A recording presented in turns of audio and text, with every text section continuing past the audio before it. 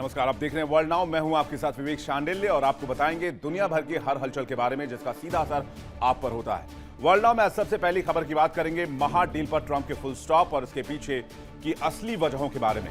दरअसल अमेरिकी राष्ट्रपति के रूप में जो बाइडेन ने जर्मनी के साथ टॉमहॉक मिसाइलों की तैनाती को लेकर बड़ी डील की थी, लेकिन एक बेहद चौंकाने वाली और ऐतिहासिक नीतिगत बदलाव के तहत पेंटागन जर्मनी को लंबी दूरी की टॉमहॉक क्रूज मिसाइल सौंपने की अपनी योजना को रद्द करने पर विचार कर रहा है। तो क्या अमेरिका डर रहा है? इसके पीछे की असली कहानी यह है कि अमेरिका को इस बात का डर लग रहा है कि अगर भविष्य में ईरान के साथ जंग हुई तो उसके हथियार गोला बारूद कम पड़ सकते हैं, इसलिए अपने इंटरसेप्टर्स और टॉमहॉक मिसाइलों की खेप को अमेरिका बचाना चाहता है। कल तक दुनिया भर में हथियारों की नुमाइश करने वाला अमेरिका अचानक जर्मनी जैसी महाशक्ति से किया गया वादा क्यों तोड़ रहा है? इसका जो पहला और सबसे सनसनीखेज एंगल सामने आ रहा है वो मिडिल ईस्ट का दलदल और ईरान का चक्रव्यूह है। पेंटागन के खुफिया गलियारों से जो खबरें छनकर बाहर आ रही हैं वो अमेरिकी सैन्य ताकत की कलई खोल देने वाली हैं। लेकिन ट्रंप की परेशानी सिर्फ ईरान तक सीमित नहीं है। इस कहानी का दूसरा और सबसे डरावना पहलू है मॉस्को का सुल्तान यानी कि व्लादिमीर पुतिन का खौफ। अमेरिकी खुफिया एजेंसियां और पेंटागन के रणनीतिकारों ने ट्रंप को बेहद खौफनाक और खुफिया ब्रीफिंग दी है। रिपोर्ट्स के मुताबिक अगर मध्य यूरोप यानी जर्मनी की धरती पर इतनी संहारक लंबी दूरी की और अचूक मार करने वाली टॉमहॉक मिसाइलें तैनात की गई तो क्रेमलिन इसे सीधे तौर पर युद्ध का ऐलान मानेगा। मतलब अमेरिका इस वक्त एक ऐसे कूटनीतिक चक्रव्यूह में फंसा हुआ है जहां उसका हर कदम आत्मघाती है। बताएंगे आपको डिटेल से ये कहानी जिसमें डोनाल्ड ट्रंप एक बहुत बड़े कूटनीतिक चक्रव्यूह में फंस चुके हैं और वजह है ईरान। इसके बाद वर्ल्ड नाउ में हम बात करेंगे ईरान के इजराइल पर ताजा तरीन हमले के।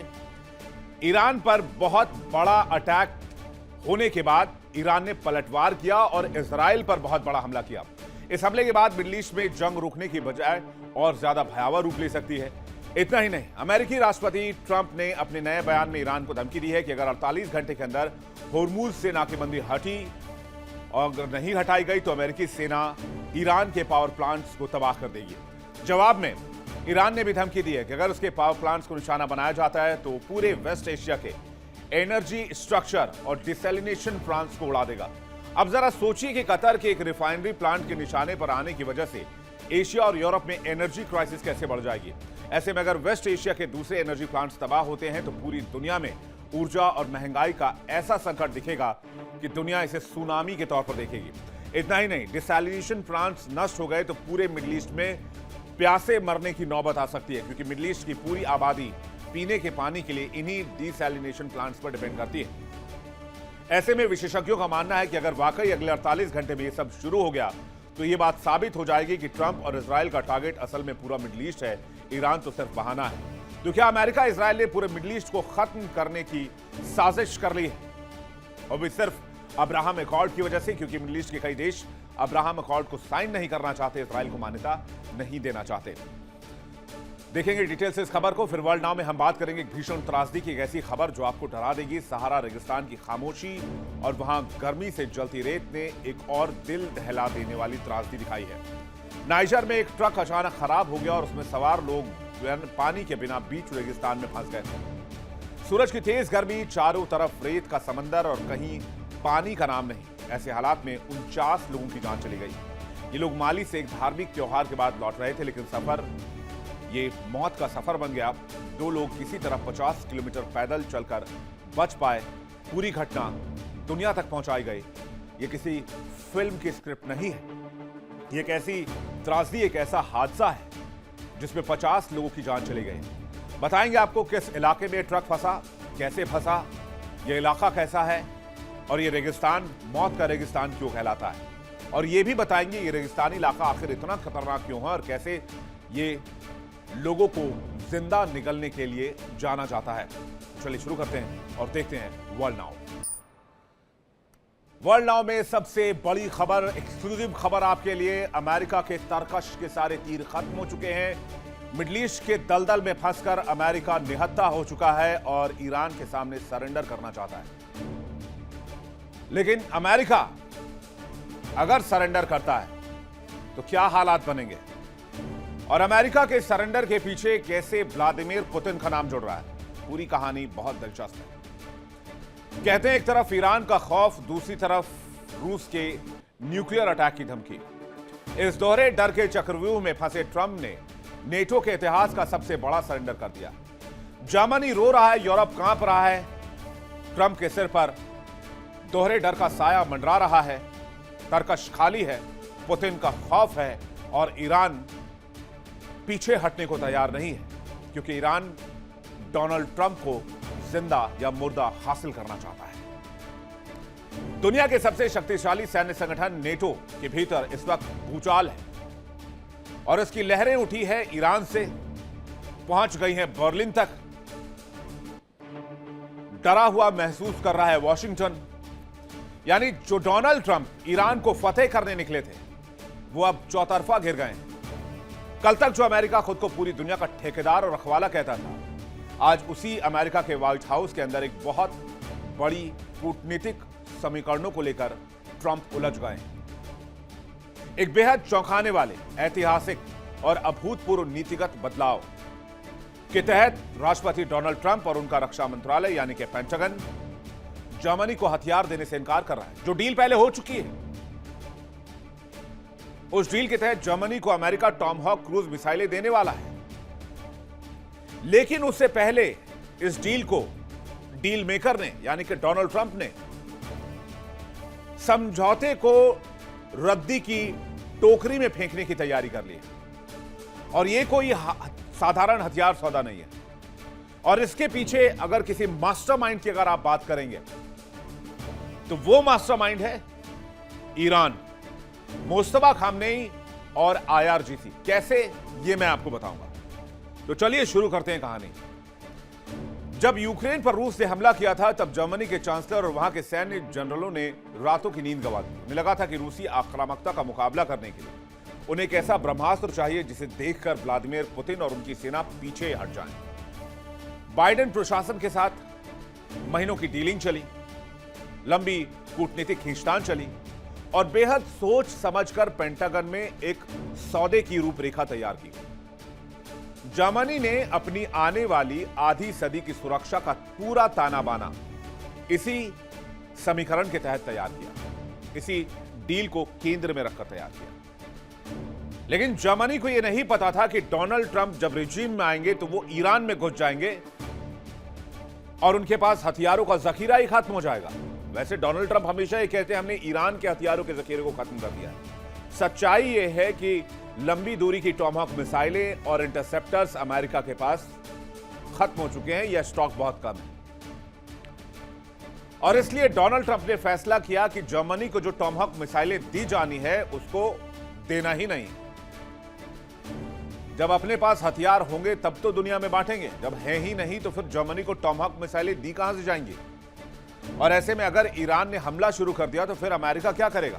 अमेरिकी सैनिकों के सामने मरने के अलावा कोई दूसरा विकल्प नहीं रह जाएगा। तो पेंटागन के बंद कमरों में बहुत तेजी से मंथन किया जा रहा है और जर्मनी के राजनीतिक गलियारों में सन्नाटा पसरा हुआ है, क्योंकि बर्लिन को अंदाजा हो गया है कि अमेरिका रूस के खिलाफ अब उन्हें बीच मझधार में छोड़ने की तैयारी कर चुका है।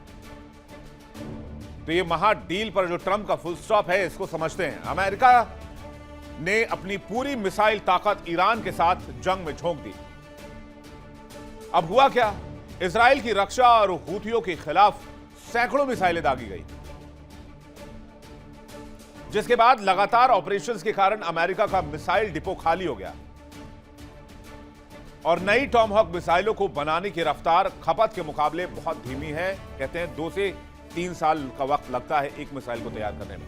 अमेरिकी डिफेंस के लिए, अमेरिकी सुरक्षा के लिए इन मिसाइलों को बनाना बहुत जरूरी है, उनका होना भी बहुत जरूरी है।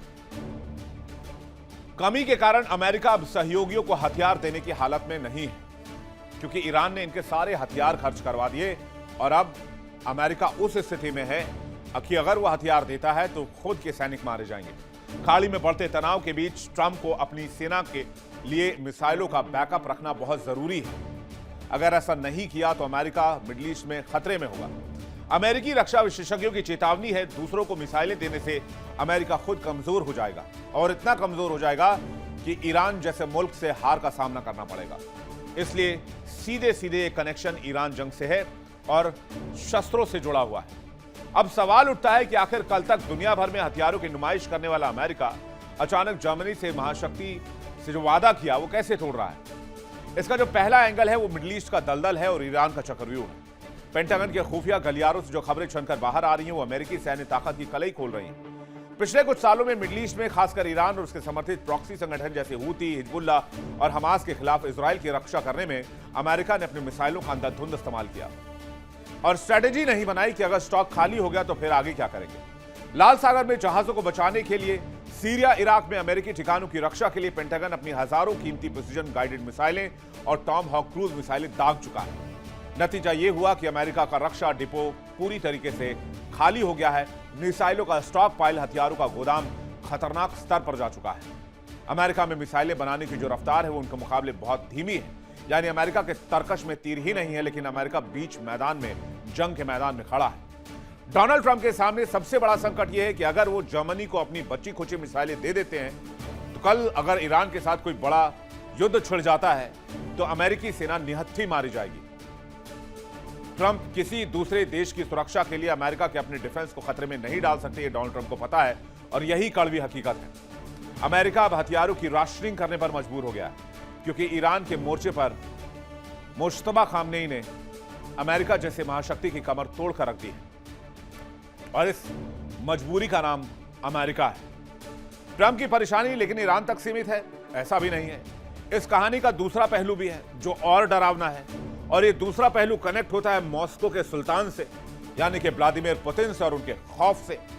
अमेरिकी खुफिया एजेंसियों और पेंटागन के विशेषज्ञ ने ट्रंप को एक बेहद खौफनाक और खुफिया ब्रीफिंग दी है। सूत्रों के हिसाब से जो खबर हमें मिली है उसके हिसाब से अगर मिडिल यूरोप में यानी कि जर्मनी की धरती पर इतनी संहारक, लंबी दूरी की और अचूक मार करने वाली अमेरिकी टॉमहॉक मिसाइलें तैनात कर दी गई तो क्रेमलिन इसे नेटो के खिलाफ सीधे युद्ध का ऐलान मानेगा। पुतिन इस कदम को रूस की संप्रभुता के लिए एक तात्कालिक और सीधा खतरा घोषित कर चुके हैं। रूस ने साफ शब्दों में चेतावनी दे दी है कि नेटो देश उसकी सीमाओं में इतने करीब आक्रामक मिसाइलें लगाएंगे तो रूस चुप नहीं बैठेगा। रूस वैसे भी बेलारूस में न्यूक्लियर वॉर एक्सरसाइज कर चुका है। पुतिन अपनी न्यूक्लियर और एडवांस हाइपरसोनिक मिसाइलों का रुख यूरोप के बड़े शहरों की तरफ कर पहले से ही बैठे हुए हैं और अमेरिका ऐसा कोई मैसेज नहीं देना चाहता है जिससे पुतिन को यह लगे, मॉस्को को यह लगे कि नेटो रूस के खिलाफ कोई बड़ी तैयारी कर रहा है। ट्रंप प्रशासन इस बात को अच्छी तरह से जानता है कि रूस के साथ किसी भी तरह का सीधा, प्रत्यक्ष या अप्रत्यक्ष सैन्य टकराव पूरी दुनिया को मलबे के ढेर में चंद सेकंड्स में बदल सकता है। इसलिए ट्रंप अपनी कूटनीति के तहत किसी भी कीमत पर रूस के साथ सीधे युद्ध में उलझने से बचना चाह रहे हैं और प्रत्यक्ष तौर पर भी बचना चाह रहे हैं। वो कोई ऐसा मैसेजिंग नहीं करना चाहते जिससे उनकी एक टांग ईरान में फंसी है तो दूसरी टांग यूरोप में जाकर फंस जाए और भले ही इसके लिए उन्हें अपने दशकों पुराने नेटो सहयोगियों की सुरक्षा प्राथमिकताओं का गला ही क्यों ना घोटना पड़े, क्योंकि डोनाल्ड ट्रंप के आगे कुआं है तो पीछे खाई है। एक तरफ ईरान है तो दूसरी तरफ पुतिन खड़े हैं। वॉशिंगटन की नई कूटनीति अब पुतिन को उकसाने के बजाय उनसे दूरी बनाने और टकराव को टालने की नीति पर चल रही है। तो एक तरफ खामेनेई की चुनौती और दूसरी तरफ पुतिन की वार्निंग। इसलिए डरे सहमे बंकर में जाकर छिप गए हैं डोनाल्ड ट्रंप। मामला क्या है इसको अब जरा वॉल के जरिए भी समझ लेते हैं। जर्मनी में टॉमहॉक की तैनाती से व्लादिमीर पुतिन के भड़कने का अंदेशा है, यह ट्रंप को ब्रीफ किया गया है पेंटागन की तरफ से। रूस ने पहले ही क्लियर कर दिया है सीमाओं के पास आक्रामकता अगर यूरोप दिखाएगा तो परमाणु जवाब के लिए तैयार रहे। बर्लिन, पेरिस और लंदन जैसे शहर रूसी मिसाइलों की सीधी जद में हैं। पुतिन के रुख से अमेरिका को डर है कि यह विवाद थर्ड वर्ल्ड वॉर तक जा सकता है। जर्मनी की धरती पर अमेरिकी मिसाइलों की मौजूदगी को रूस सीधा हमला मानेगा, सीधा खतरा मानेगा और दूसरों की खातिर डोनाल्ड ट्रंप एक और वॉर में जाने की कीमत नहीं उठा सकते।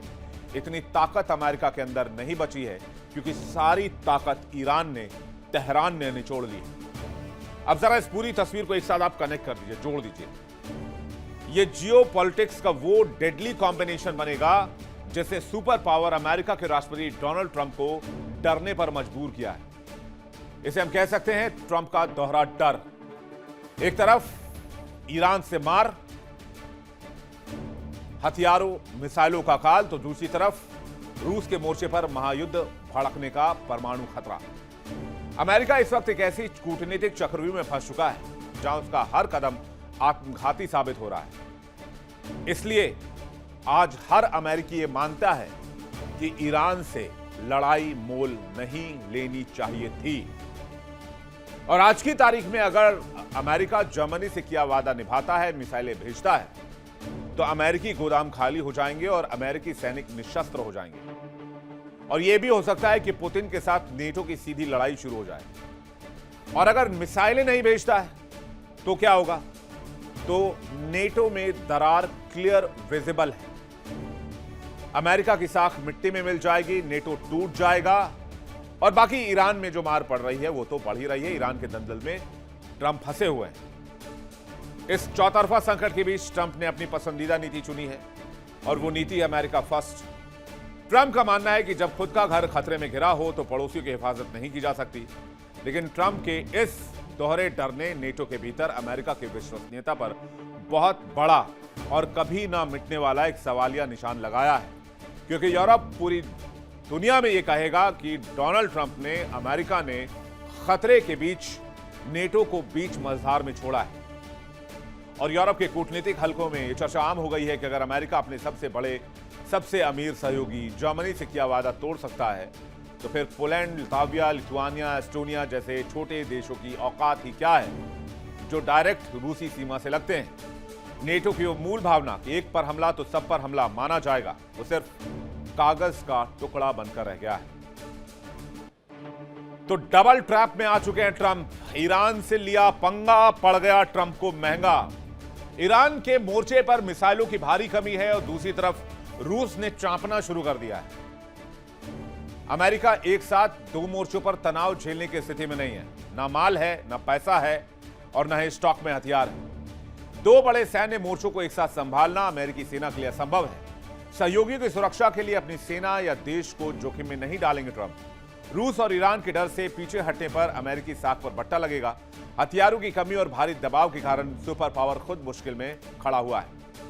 दरअसल बात सिर्फ एक मिसाइल डील के रद्द होने तक सीमित नहीं है। सच पूछिए तो ये यूरोप और नेटो गठबंधन के प्रति अमेरिका की नीति में एक बहुत बड़े बदलाव और विनाशकारी हालात का ट्रेलर है। पिछले कुछ समय से अमेरिका बहुत धीरे धीरे, बहुत चालाकी से यूरोपीय सुरक्षा तंत्र से खुद को अलग कर रहा है। इसमें सिर्फ मिसाइल डील को ठंडे बस्ते में डालना शामिल नहीं है, बल्कि पेंटागन के पास एक और गुप्त योजना है। योजना यह है कि जर्मनी में पिछले कई दशकों से तैनात हजारों अमेरिकी सैनिकों को वहां से वापस बुला लिया जाए और कई महत्वपूर्ण सैन्य संपत्तियों को यूरोप से समेट लिया जाए। यानी अमेरिका अब इस यूरोप को उसके हाल पर छोड़ने की स्क्रिप्ट तैयार कर चुका है। इसके पीछे अमेरिका की मजबूरी भी है।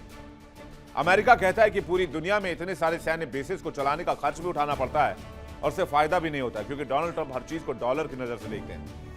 इस रणनीतिक बदलाव की गूंज इस हफ्ते नेटो के शीर्ष कमांडर्स की एक हाई लेवल मीटिंग में सुनाई दी। नेटो के शीर्ष कमांडर और यूरोप में अमेरिकी सेना के प्रमुख जनरल एलेक्सिस ग्रिनकेविच ने सैन्य नेताओं के सामने बेहद कड़े और सीधे शब्दों में कह दिया, अब यूरोप को अपनी सुरक्षा के लिए खुद आगे आना होगा और निकट भविष्य में अपनी जिम्मेदारी खुद संभालनी होगी। जनरल ग्रिनकेविच का यह बयान यूरोपीय देशों के लिए खुली और आखिरी चेतावनी की तरह है कि वो अपनी रक्षा के लिए अमेरिका की परमाणु छतरी या अमेरिकी सैनिकों के भरोसे ना बैठे रहें। रूस का अटैक हो सकता है और अपनी सुरक्षा की जिम्मेदारी खुद उठाएं। अमेरिका का नया स्टैंड क्लियर है कि वो अपने आधुनिक हथियारों और सैनिकों को यूरोप से हटाकर दुनिया के दूसरे उभरते हुए संघर्ष क्षेत्र, खासकर इंडो पैसिफिक यानी कि एशिया प्रशांत क्षेत्र के चीन के इलाके में रीफोकस करने के लिए कर रहा है। क्योंकि अमेरिका को पता है कि ईरान जंग से आज निकल गए, कल निकल गए, परसों निकल गए, लेकिन चीन का क्या होगा? चीन अमेरिका के लिए वो भस्मासुर बन चुका है जिसको पैदा ही अमेरिका ने किया, जिसको पावरफुल अमेरिका ने बनाया, जिसको निवेश अमेरिका ने दिया। लेकिन आज वही चीन अमेरिका को भस्म कर देना चाहता है और उसकी बादशाहत ले लेना चाहता है। यह उस दैत्य की कहानी की तरह है जिसने अमरत्व का वरदान पाने के लिए बहुत घोर तपस्या की और इतनी जबरदस्त तपस्या की महादेव को प्रसन्न करने के लिए कि देवाधिदेव महादेव खुश हो गए। वो प्रकट हुए और पूछा कि भाई बताइए आपको क्या वरदान चाहिए। उन्होंने कहा कि वरदान तो कुछ नहीं चाहिए, बस आप मुझे अमरत्व का वरदान दे दीजिए। तो देवाधिदेव महादेव ने कहा कि अमरत्व का वरदान तो नहीं दिया जा सकता है, क्योंकि जो दुनिया में आया उसे जाना होगा, ये प्रकृति का नियम। इसके अलावा आपको कुछ चाहिए तो बताइए। तो भस्मासुर ने कहा कि मुझे ऐसा वरदान दीजिए कि मैं जिसके सिर पर हाथ रखूं वो भस्म हो जाए। महादेव ने वरदान दिया और उसके बाद भस्मासुर ने कहा कि ट्रायल तो आप पर ही होगा। तो बोला, मैं, महादेव ने कहा मैंने आपको वरदान दिया है। बोला चेक कहां करेंगे? तो यही हालत अमेरिका की है। अमेरिका के लिए अब चीन भस्मासुर बन चुका है और अमेरिका कोई कच्चा चबाना जाना चाहता है। इसलिए अमेरिका अपना पूरा फोकस चीन की तरफ लाना चाहता है, मिडिल ईस्ट की तरफ लाना चाहता है। अमेरिका अब यूरोप की सुरक्षा का मुफ्त में बोझ अपने कंधों पर ढोने के लिए बिल्कुल तैयार नहीं है, क्योंकि अमेरिका को लग रहा है कि आने वाले 5-10 सालों में चीन इतना ताकतवर हो जाएगा कि वो अमेरिका की बादशाहत को न सिर्फ समंदर में बल्कि पूरी दुनिया में चुनौती देगा और इसके लिए उसे तैयार होना होगा। दूसरी तरफ मिसाइल डील रद्द होने के बाद नेटो में खींचतान बढ़ सकती है। कैसे? बताया जा रहा है कि यूरोप अपनी सुरक्षा के लिए बड़े कदम उठा सकता है। सिलसिले की शुरुआत जर्मनी में तैनात हजारों अमेरिकी सैनिकों को वापस बुलाने की योजना से भी हो सकती है। यूरोप से महत्वपूर्ण सैन्य साजो सामान भी समेटेगा अमेरिका। सर्विलांस सिस्टम और रडार भी हटा रहा है। अमेरिका नेटो के शीर्ष सैन्य कमांडर जनरल ग्रिंकोविच ने कहा है कि यूरोप को अब अपनी सुरक्षा खुद संभालनी होगी। आधुनिक हथियारों और सेना को एशिया प्रशांत में शिफ्ट करेगा अमेरिका, क्योंकि फोकस चाइना है। पेंटागन की इस योजना ने पूरे यूरोप के इतिहास को सबसे कठिन और दर्दनाक चौराहे पर लाकर खड़ा कर दिया है। शीत युद्ध के बाद से पिछले कई दशकों तक यूरोप के देशों ने एक बहुत बड़ी गलती की। उन्होंने अपनी आर्थिक समृद्धि पर पूरा ध्यान लगाया, आलीशान लाइफस्टाइल बनाई, चकाचौंध कर देने वाली दुनिया बनाई, टूरिज्म पर पूरा फोकस किया, लेकिन अपनी रक्षा का पूरा जिम्मा आंख मूंद कर अमेरिका के भरोसे छोड़ दिया। उन्होंने अपने रक्षा बजट को घटा दिया, अपनी सेनाओं को छोटा कर दिया। लेकिन अब जब अमेरिका खुद ईरान के मोर्चे पर फंसा हुआ, अपनी मिसाइलें गंवा चुका, अपनी ताकत खो चुका है और रूस के डर से अपने समझौते से मुकर रहा है, तब यूरोप की आंख खुली। उन्हें समझ आ गया है कि जियोपॉलिटिक्स में कोई भी देश हमेशा के लिए सगा नहीं होता। टॉमहॉक मिसाइल सौदे के रद्द होने की वजह से जर्मनी के लिए रक्षा के मोर्चे पर एक ऐसा बड़ा शून्य वैक्यूम पैदा कर देगा जिसे भरना नामुमकिन हो जाएगा। टॉमहॉक वो अत्याधुनिक हथियार है जो पलक झपकते ही दुश्मनों के ठिकानों को तबाह कर देता है। और ईरान को तबाह करने के लिए अमेरिका ने एक नहीं, दो नहीं, दर्जनों नहीं, सैकड़ों टॉमहॉक मिसाइलों का इस्तेमाल किया। इसलिए अमेरिका का स्टॉक भी खत्म है। रक्षा जानकार ये मानते हैं कि फ्रांस या जर्मनी के पास फिलहाल ऐसी कोई घरेलू तकनीक या कोई मिसाइल प्रणाली नहीं है जो अमेरिकी टॉमहॉक की जगह ले सके। इस तकनीक को खुद विकसित करने, उसका टेस्ट करने और उसको सेना में कमीशन करने में यूरोप के देशों को, जर्मनी को कई साल, कई दशक लग जाएंगे। लेकिन पुतिन का खतरा आज ही उनके दरवाजे पर दस्तक दे रहा है। जर्मनी को अब न केवल अपने रक्षा बजट में ऐतिहासिक बढ़ोतरी करनी होगी, बल्कि फ्रांस के साथ मिलकर एक स्वतंत्र यूरोपीय आर्मी का निर्माण करना होगा। अमेरिका ने मैसेज दे दिया है, यह आत्मनिर्भर होने का युग है और यूरोप को अपनी लड़ाई खुद ही लड़नी होगी। तो डोनाल्ड ट्रंप का ये एक यू टर्न आने वाले वक्त में पूरी दुनिया के सैन्य समीकरण को चेंज कर देगा। जब दुनिया का सबसे बड़ा सुपर पावर खुद दोहरे खौफ में कदम पीछे खींच ले, तो छोटे और डिपेंड करने वाले देशों का लावारिस होना तय है। क्या यूरोप खुद को पुतिन के कहर से बचा पाएगा? क्या ईरान से अमेरिका कभी निकल पाएगा? क्या अमेरिका का सुपर पावर का तमगा बच पाएगा? ये कुछ ऐसे सवाल हैं जिनका जवाब बहुत जल्द पूरी दुनिया के सामने होगा और स्पष्ट होगा। खबर पर हमारी नजर आएगी। चलिए वर्ल्ड नाउ में अगली खबर की तरफ चलते हैं। ईरान पर हमले के बहाने पूरी दुनिया को तबाह करने का ब्लूप्रिंट तैयार कर लिया गया है। डोनाल्ड ट्रंप और बेंजामिन नेतन्याहू मिलकर पूरे मिडिल ईस्ट को मिट्टी में मिला देना चाहते हैं। निशाना सिर्फ ईरान नहीं है। अगर मिडिल ईस्ट के देशों को यह लग रहा है कि निशाना सिर्फ मिडिल ईस्ट है, तो इस खौफ से कि अमेरिका का डर ईरान को, अरे ईरान हमला नहीं करेगा, कहानी ये नहीं है। मिडिल ईस्ट का दुश्मन ईरान नहीं, फिर कौन है? चलिए बताते हैं। सबसे पहले इजराइल की तस्वीर देखिए। इजराइल का आराद रीजन लहूलुहान है। आयरन डोम फेल हो चुके हैं।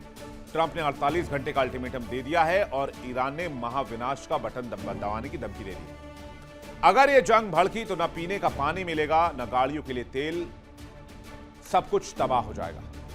मिडिल ईस्ट से इस वक्त जो चौंकाने वाली खबर आ रही है वो बहुत ज्यादा खौफनाक है। उसने पूरी दुनिया के होश उड़ा दिए। ईरान ने इजराइल के कलेजे पर वार किया है। इजराइल का अराद रीजन इस वक्त धुएं और बारूद के गुबार में तब्दील हो चुका है। ईरान ने एक साथ इतनी मिसाइलें और आत्मघाती ड्रोन दागे हैं कि इजराइल का वो घमंड जिसे दुनिया आयरन डोम कहती थी वो ताश के पत्तों की तरह बिखर गया। जरा फुल स्क्रीन तस्वीर आप देखिए, किस तरह से धमाके के बाद एक बहुत बड़े धुएं के गुबार को देखा जा सकता है।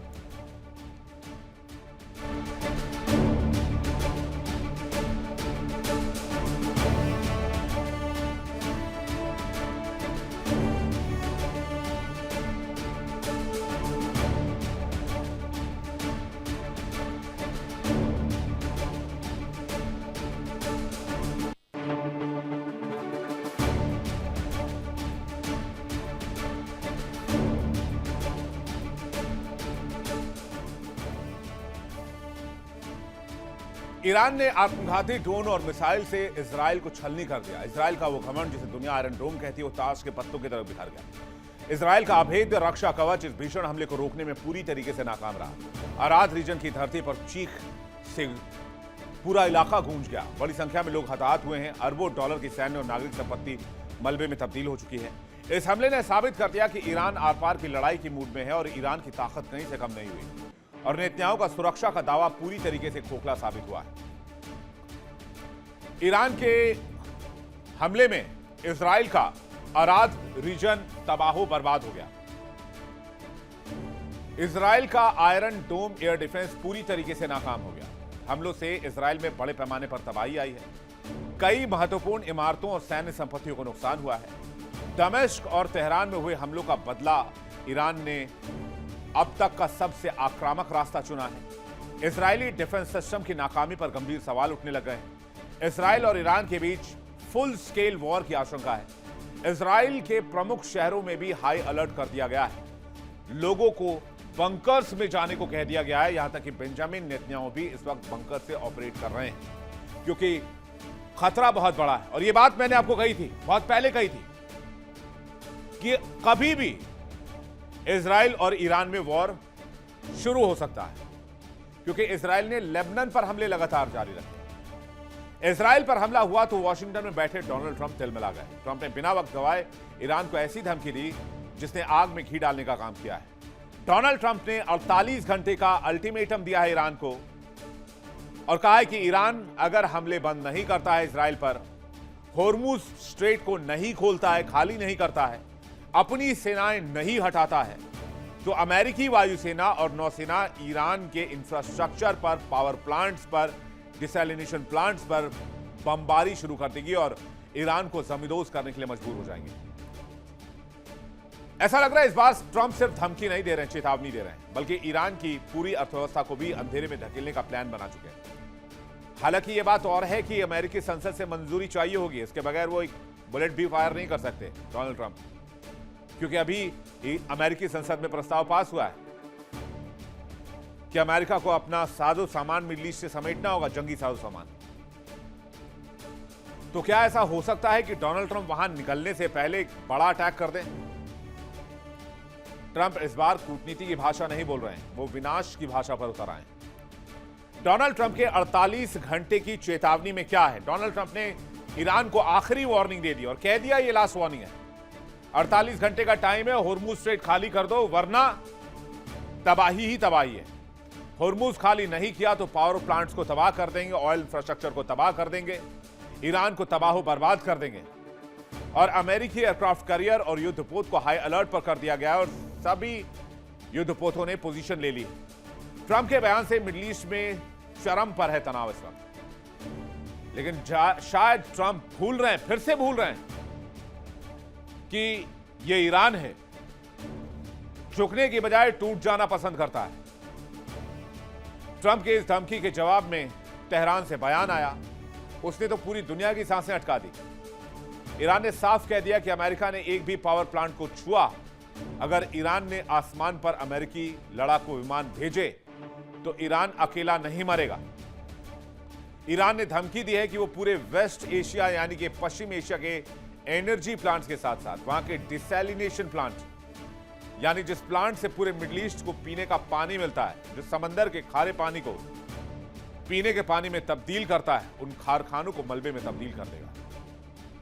ईरान का यह जवाब मिडिल ईस्ट के लिए सुसाइड नोट है, यानी हम तो डूबेंगे सनम, तुम्हें भी ले डूबेंगे। ईरान कह रहा है कि हमारी स्थिति तो जो होगी वो होगी, तुम्हारे यारों का क्या होगा मिडिल ईस्ट में। ईरान ने साफ कर दिया, अगर उसकी बत्ती गुल हुई तो पूरे मिडिल ईस्ट को अंधेरे और प्यास से मार डालेगा। मुश्तबा की ये महाविनाश वाली कसम क्या है, आइए समझते हैं। मुश्तबा खामनेई ने साफ कह दिया है, हमारे मिसाइल्स टारगेट पर हैं, बटन दबाने की देर है, हमारे पावर प्लांट्स को छुआ तो पूरा मिडिल ईस्ट अंजाम भुगतेगा, पश्चिम एशिया में तबाही आएगी। ईरान के निशाने पर सऊदी अरब, यूएई, कतर के तेल और गैस प्लांट्स, डिसैलिनेशन प्लांट्स पर भी मिसाइल दागने की खौफनाक तैयारी। हिजबुल्लाह, हूती और इराकी मिलिशिया को हमले शुरू करने के लिए अलर्ट पर रख दिया गया है, गुप्त आदेश दे दिया गया है। ईरान के इस कड़े रुख से सऊदी और यूएई में हड़कंप मचा हुआ है। अब जरा ठंडे दिमाग से सोचिए, अगर ईरान ने अपनी इस धमकी को सच कर दिया तो फिर हमारा और आपका क्या होगा। कुछ समय पहले कतर के सिर्फ एक एनर्जी प्लांट को मामूली नुकसान पहुंचा था तो पूरे यूरोप और एशिया में हाहाकार मच गया था। गैस और बिजली की कीमतें आसमान छूने लगी थी। पूरी दुनिया में महंगाई का ऐसा तूफान आया जिसने आम आदमी की कमर तोड़ दी। अब कल्पना कीजिए कि अगर ट्रंप की एक गलती की वजह से ईरान भड़क उठा और उसने मिडिल ईस्ट के दर्जनों एनर्जी प्लांट्स को एक साथ नेस्तनाबूद कर दिया तो क्या होगा। पूरी दुनिया एक झटके में 1 दशक 2 दशक पीछे चली जाएगी। तेल की एक एक बूंद के लिए लड़ाई होगी, युद्ध छिड़ेगी, जंग होगी, फैक्ट्रियां बंद होगी, गाड़ियां रुक जाएंगी, महंगाई इस कदर बढ़ेगी कि पूरी दुनिया भुखमरी की चपेट में आ जाएगी, बेरोजगारी की चपेट में आ जाएगी। और ये सिर्फ ईरान और अमेरिका की लड़ाई नहीं है, ये वैश्विक अर्थव्यवस्था की अर्थी निकालने की तैयारी इन लोगों ने कर दी है। और सिर्फ एक सनकी व्यक्ति की वजह से सब हुआ है, अमेरिकी राष्ट्रपति डोनाल्ड ट्रंप। तेल का अकाल है, महंगाई आसमान पर है और सिर्फ कतर के एक प्लांट के नुकसान की वजह से तबाही मची है। और अगर ईरान ने हमला शुरू किया तो आप सोचिए, यूरोप और एशिया में बिजली और गैस के लिए त्राहिमाम मच उठेगा। सऊदी, कतर, यूएई के प्लांट्स तबाह हुए तो दुनिया की रफ्तार थम जाएगी। कच्चे तेल की कीमतें रिकॉर्ड $200 पर बैरल के पार जा सकती है। ईंधन की कमी से फैक्ट्री, ट्रांसपोर्ट, एयरलाइंस सब ठप हो जाएंगे। पेट्रोल, डीजल, रसोई गैस आम आदमी की पहुंच से दूर हो जाएंगी। बाजारों में अनाज, दवाइयां, इलेक्ट्रॉनिक सामान भारी किल्लत हो जाएगी। ग्लोबल स्टॉक मार्केट में ऐतिहासिक गिरावट आ सकती है। एनर्जी का कोई रिप्लेसमेंट नहीं है। पेट्रोल डीजल का क्या विकल्प है? बिजली। लेकिन ये इंफ्रास्ट्रक्चर कितना बड़ा है और क्या पूरी इकोनॉमी बिजली पर शिफ्ट की जा सकती है? इसका जवाब नहीं है। दुनिया के कई देश इस चीज के लिए तैयार नहीं है, यहां तक कि चाइना, जिन्होंने एनर्जी के क्षेत्र में डिपेंडेंसी बहुत कम की है फॉसिल फ्यूल पर, तेल, गैस, कोयले पर, वो इलेक्ट्रॉनिक और डिजिटल वर्ल्ड में शिफ्ट हो रहे हैं। लेकिन आज की तारीख में चाइना का ऑयल भी बंद होता है तो वहां की मैन्युफैक्चरिंग इंडस्ट्री तबाह हो जाएगी, धराशायी हो जाएगी। और यही इस जंग का सबसे क्रूर और अमानवीय चेहरा है। लेकिन पूरी दुनिया में तो ये दिक्कत होगी एनर्जी की। मिडिल ईस्ट में तो एक और संकट है और वो है पीने के पानी का संकट। अब आप कहेंगे जंग का पीने के पानी से क्या लेना देना? आपको जानकर हैरानी होगी कि पूरा मिडिल ईस्ट, खाड़ी के तमाम देश अपनी विलासिता और गगनचुंबी इमारतों के बावजूद पीने के पानी की एक एक बूंद के लिए समंदर पर डिपेंड करते हैं।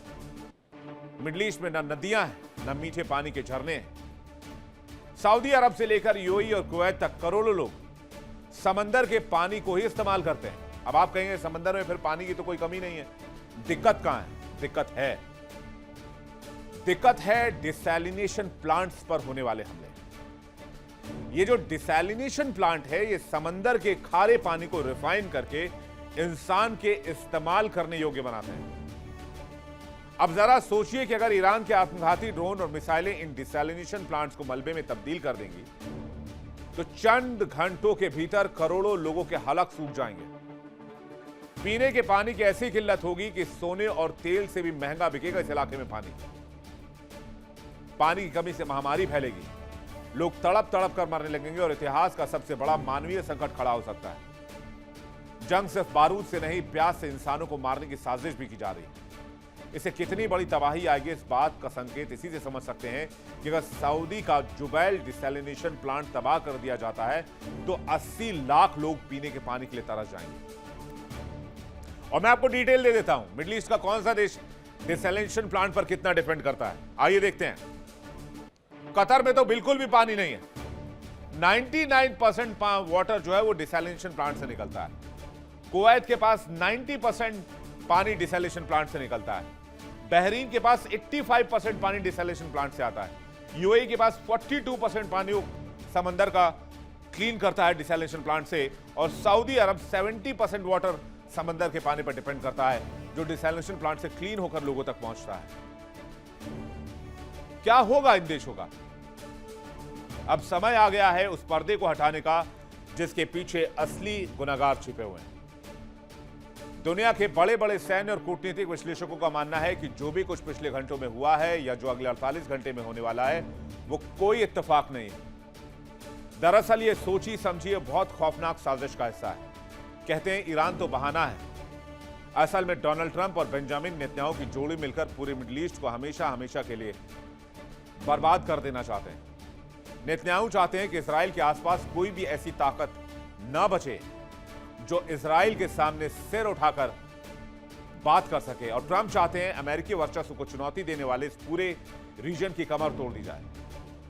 ईरान को उकसाना, उसे कोने में धकेलना जहां वो डिसैलिनेशन प्लांट है और एनर्जी प्लांट को तबाह करने की धमकी देना, और फिर उस आड़ में पूरे मिडिल ईस्ट की संप्रभुता को मलबे में मिला देना, यही है डोनाल्ड ट्रंप और नेतन्याहू का ग्रैंड डिजाइन, जिससे तरक्की जो है वेस्ट एशिया में, इंडिया में, चाइना में डेवलपमेंट जो है, और कह रहे हैं हम डेवलप्ड कंट्री बनने की ओर बढ़ रहे हैं, वो सब सपने धराशायी हो सकते हैं। तो 48 घंटे की उल्टी गिनती शुरू हो चुकी है। ट्रंप का अल्टीमेटम, ईरान के महाविनाश की कसम दुनिया को किस मोड़ पर ले जाएगी, इस पर हमारी नजर रहेगी। आगे अपडेट्स भी हम आपको लगातार देते रहेंगे। चलिए आगे बढ़ते हैं। अब एक ऐसी कहानी जो आपको थोड़ी फिल्मी लगेगी, लेकिन माफी चाहूंगा मैं आपसे, ये कहानी फिल्मी नहीं है। स्क्रिप्ट बेशक आपको ऐसी लगे कोई हॉलीवुड की पिक्चर आप देख रहे हो सकता है इस खबर पर आने वाले कुछ समय में पिक्चर भी बने, फिल्म भी बने, लेकिन रेत के खौफनाक समंदर में इंसानी जिंदगी कैसे खत्म होती है और एक अंतहीन प्यास कैसे जिंदा होती है, वो मैं आपको बताता हूं। क्या आप कल्पना कर सकते हैं कि जब जिंदा इंसान का जिस्म 50 डिग्री की गर्मी में पानी के लिए एक एक बूंद के लिए तड़पता है तो मौत कैसी नजर आती है? आपको लग रहा होगा कि हॉलीवुड की किसी थ्रिलर फिल्म की कहानी मैं बता रहा हूं, लेकिन यह हकीकत है सहारा के रेगिस्तान की। यह हकीकत है जिसने एक झटके में 50 लोगों को जिंदा लाश में तब्दील कर दिया। आखिर क्या है सहारा का वो डेथ जोन जहां हवाएं भी मौत का पैगाम सुनाती हैं? सबसे पहले खबर जानिए। सहारा रेगिस्तान की खामोश और सूरज की तपिश से जलती हुई रेत, जो ना जाने कितने राज और कितनी लाशें अपने सीने में दफन किए बैठी है, उसने एक बार फिर से त्रासदी दिखाई है जिसे सुनकर आपकी रूह कांप जाएगी। अफ्रीकी देश नाइजर के एक बेहद दूर दराज और सुनसान इलाके में 50 बेकसूर लोग तड़प तड़प कर एक एक बूंद के लिए छटपटा कर काल के गाल में समा गए। ये वो बदनसीब लोग थे जो पड़ोसी देश माली से एक पवित्र मुस्लिम त्योहार मनाकर खुशी खुशी अपने घर लौट रहे थे। सफर लंबा था, किसी को अंदाजा नहीं था कि इसी सफर में बीच रास्ते में मौत उनका इंतजार कर रही है और ये सफर उनकी जिंदगी का आखिरी सफर होगा। ये लोग एक ट्रक में सवार थे। ट्रक रेगिस्तान के बीचों बीच पहुंचता है और अचानक ट्रक का इंजन दम तोड़ देता है। चारों तरफ हजारों किलोमीटर तक सिर्फ रेत का समंदर, मोबाइल का दूर दूर तक कोई नामो निशान नहीं, कोई नेटवर्क नहीं, ना ही कोई इंसान, ना इंसान की जात। सिर पर साक्षात नाचता काल और 50 डिग्री सूरज की तपिश। धीरे धीरे ट्रक में रखा पानी खत्म होने लगा। एक एक करके लोगों की हालत सूखने लगी। जिसमें से पसीना सूख गया और खून उबलने लगा। भूख और प्यास के उस तांडव के बीच तड़पते बिलखते 49 लोगों ने दम तोड़ दिया। अगादेज प्रांत की सरकार ने जब इस घटना की पुष्टि की तो पूरी दुनिया सन्न रह गई। इन बदनसीबों को कयामत के उसी मैदान में एक सामूहिक कब्र खोदकर दफना दिया गया। लेकिन इस खौफनाक दास्तान में दो लोग ऐसे थे जिन्होंने रेगिस्तान के इस दैत्य से टकराने की जुर्रत की और जो मौत के मुंह से जिंदा निकलकर वापस आए। तो मातम में बदल गई त्योहार की खुशी माली से धार्मिक उत्सव मनाकर लौट रहे थे लोग। जो तस्वीर सामने आई है वो तस्वीर आपके सामने है। प्यास और हीट स्ट्रोक की वजह से 50 लोगों की जान चली गई। इस दिल दहला देने वाली घटना ने पूरी दुनिया का ध्यान एक बार फिर से उस रेगिस्तान की ओर खींचा जो दुनिया के सबसे खतरनाक रेगिस्तान में गिना जाता है, यानी कि द ग्रेट सहारन डेजर्ट। आखिर क्या है ये सहारा मरुस्थल? कहते हैं ये सिर्फ रेत का ढेर नहीं, ये इस धरती पर फैला मौत का वो साम्राज्य है जिसका कोई अंत नहीं है। बात इसके आकार की करें तो सहारा रेगिस्तान दुनिया का सबसे बड़ा गर्म मरुस्थल है। इसका क्षेत्रफल लगभग 92 लाख स्क्वायर किलोमीटर में फैला हुआ है। शायद इस आंकड़े से आप इसकी भयावहता को ना समझ पाए, तो ऐसे में समझिए कि हमारा पूरा भारत देश जितना बड़ा है, सहारा का रेगिस्तान उससे तकरीबन 3 गुना ज्यादा बड़ा है। यानी तीन भारत को आप मिला दीजिए, भारत के क्षेत्रफल के हिसाब से उतना बड़ा इलाका, दुनिया का सबसे बड़ा गर्म रेगिस्तान जहां मौत तांडव करती है। 92 लाख स्क्वायर किलोमीटर का एरिया अफ्रीका महादेश के 31% हिस्से में फैला हुआ है। 4800 किलोमीटर में है सहारा का विस्तार। लाल सागर से लेकर अटलांटिक महासागर तक साम्राज्य, भूमध्य सागर से साहिल क्षेत्र तक 1800 किलोमीटर चौड़ा। सिर्फ रेत के टीले नहीं बल्कि चट्टानी पठार भी हैं। तेज हवाओं की वजह से यहां 180 मीटर ऊंचे रेत के पहाड़ बन जाते हैं। सहारा का दायरा लगातार फैल रहा है। हर साल कई गांवों को ये रेगिस्तान निगल जाता है। अब आपके मन में एक सवाल उठ रहा होगा कि आखिर धरती पर इतना भयानक और वीरान इलाका बना कैसे, या फिर यह इलाका हमेशा से ऐसा ही था? विज्ञान और भूगर्भ शास्त्रियों की माने तो इतिहास का यह पन्ना बहुत हैरान करता है। कहानी पुरानी है। आज से करीब 6000 साल पहले यह सहारा रेगिस्तान ऐसा सूखा और बंजर नहीं था। कभी यह इलाका बहुत हरा भरा हुआ करता था। यहां घने जंगल भी थे, यहां नदियां भी बहती थी, बड़े बड़े जीव रहा करते थे। लेकिन पृथ्वी के अक्ष में आए बदलाव और मानसूनी हवाओं के रूठने के कारण यहां बारिश हमेशा के लिए बंद हो गई। बारिश रूठी तो देखते ही देखते हरी भरी घास जल गई, नदियां सूख गई, जंगल खत्म हो गए और रह गई तो सिर्फ सिलिका यानी रेत की जानलेवा चादर।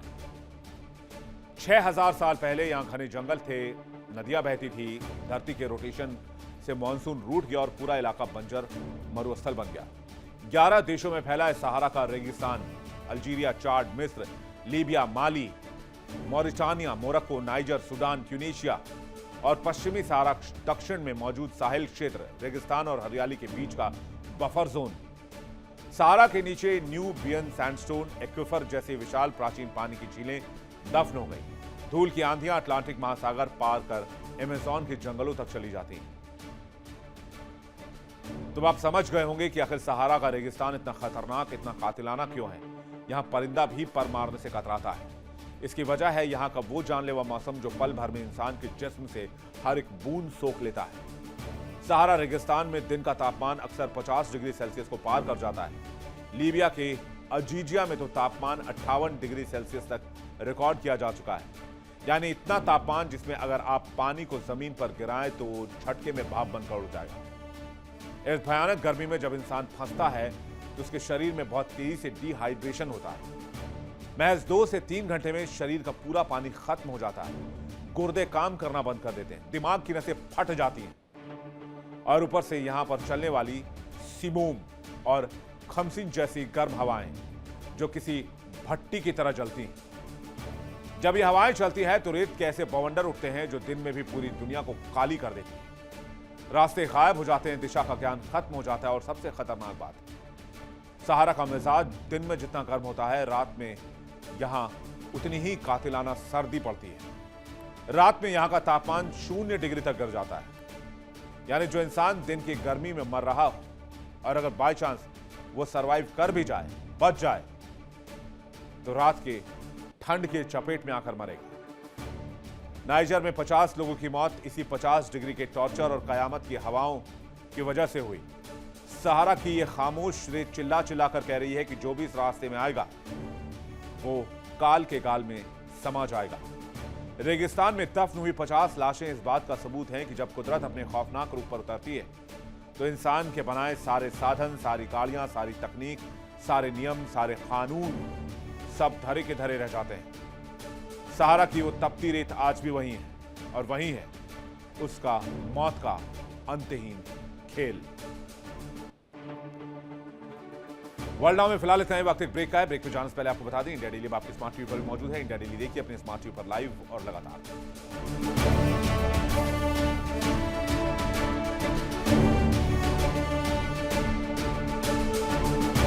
देखिए इंडिया डेली 24/7 अब आपके स्मार्ट टीवी पर। इंडिया डेली मौजूद है सभी डिजिटल प्लेटफॉर्म पर लाइव और लगातार। इंडिया डेली 24/7 हर दिन राष्ट्र को समर्पित।